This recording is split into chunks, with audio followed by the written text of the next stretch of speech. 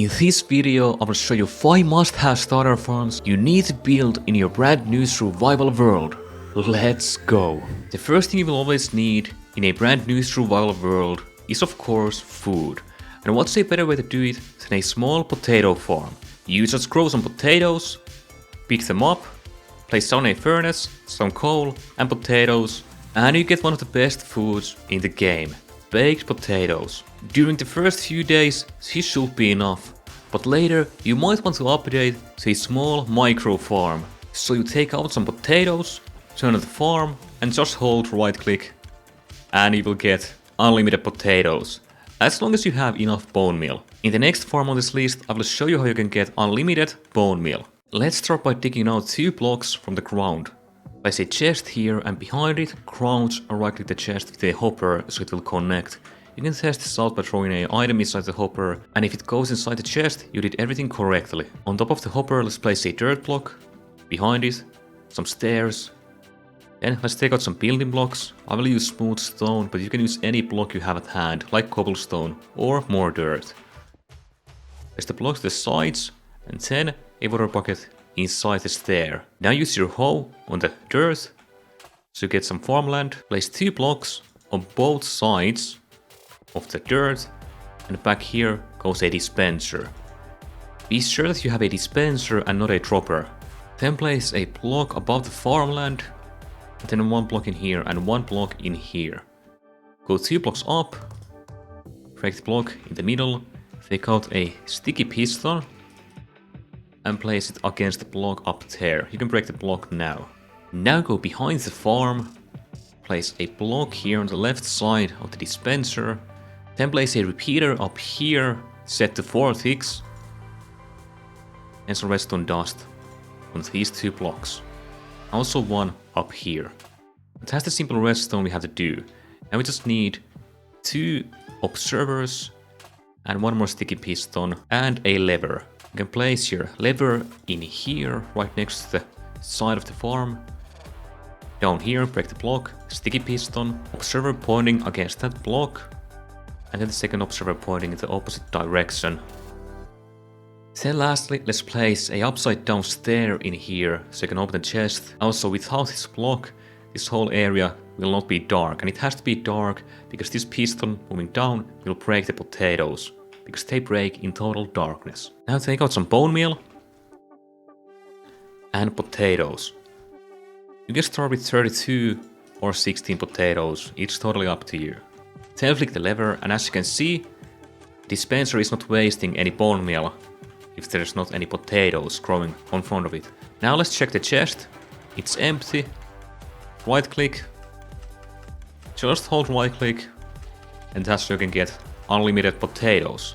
Let's turn the farm off, and we can see that now we have over 1 stack of potatoes and we started with 32 in just a short time. That's how amazing this farm actually is. The next farm is the solution to our bone meal problem in the first farm. In my opinion, bone meal is underrated. Having loads of it in the early game, in my opinion, is super important because you can use it to produce loads of food, which you will of course need in the early game. Now let's see how this farm works. So once the cactus grows, it will touch the fences and break down, go down inside this hopper, through this composter, and then it will go inside this chest. As you can see, there's some bone meal in here already. So like I said, you can either dig a huge hole for the farm, or you can use some blocks like I will do in this tutorial. So if you're building it like I'm doing right now, place down 11 blocks in a row like so. Then do the same thing on this direction, counting from this block, so 1, 2, 3, 4 and so on. Now place down these blocks 1 block apart. You should get 4 blocks on each side. So 1, 2, 3 and 4. Do the same thing all the way throughout the area which is made. Continue in the middle. Now place a second row of blocks. Then you can add your sand and then the cactus. At this point, take out your fence gates and place them here in the middle.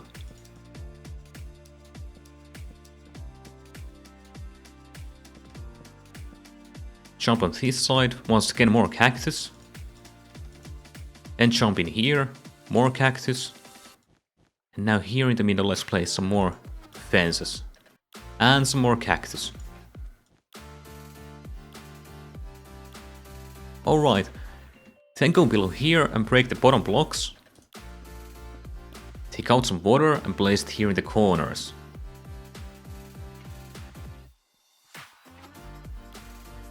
As you can see, you get a small hole here in the middle. So break that block and break these blocks as well. And then place 4 fence gates in here. And then of course open them. Like so. Now here in the middle up front, break out some more blocks. Go below in here. And let's see until we reach the area below here. So let's place a composter 3 blocks below this block. So 1, 2 and 3. On top of it let's place a hopper. Once again crouch and place it down. And then place a block in here. Take out a bucket of water and place it in here. Now all of the cactus will go inside the hopper. Let's go below here once again, break out some more blocks. Place a chest in here. And behind the composter or below the composter, a hopper. You can fill up some holes here on the sides and then make yourself a small stairway back up. And now there's the whole farm, basically. But you also need some sides, which is quite easy to do. You just go 4 blocks up, place some slabs on the sides, and no cactus should escape. And there's the whole farm. Once again, you can replace the glass with any block you want to, unless you want to see inside. In the new 1.20 update, bamboo will be amazing. You can use it as a fuel, and you can also use it to craft bamboo planks. And of course you can use planks to craft anything. So no more need to waste your good old spruce planks to make some chests, you can use bamboo planks instead. Now let's start by placing down 2 chests, and behind them crouch and right click and place down 2 hoppers. Then in here place 4 blocks, both sides. At the end go 1 block up, and then a redstone torch. Same thing on this side, 1 block up, and then a redstone torch. Then in here place down 4 powered rails, 2 normal rails, and once again more powered rails on this side. Up here let's place some grass. You can also use dirt, because it's not likely that you have grass in the early game. So just use dirt, because they'll work the same. Then on the back wall, place a row of blocks, connect to the front, take out your pistons and your observers and also some redstone dust. Place your pistons here. Behind them, once again, a row of blocks. And then place the observers in here. Place 4 observers on these spots. Then a line of redstone dust behind them. You can also just use 2 observers or 1 observer, it's totally up to you. Then build up the sides, the back wall. Take out the slabs and make a small roof in here. Then plant down your bamboo.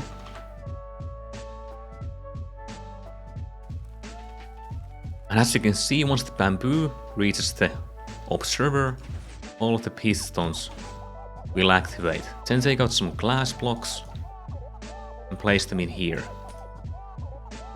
And then lastly, a hopper minecart going down in here, and this will pick up all of the items. And if you want to see more amazing bamboo farms, check the links in the description. There's 2 amazing bamboo farms for mid-game and late-game uses. And of course, one of the best early-game farms is a spawner XP farm. Here we have a skeleton spawner. The skeletons will drop down in here on top of the hopper, and we just kill them. And we get bones, arrows, and XP. If you happen to find a spawner, definitely build a farm out of it. No matter what spawner it is. Cave spider XP farms are amazing as well, and those spawners are actually super easy to find as well. So yeah, build a spawner XP farm, you won't regret it. Links to all the spawner XP farms you could ever need are in the description. There's a playlist for every single spawner XP farm that is inside Minecraft.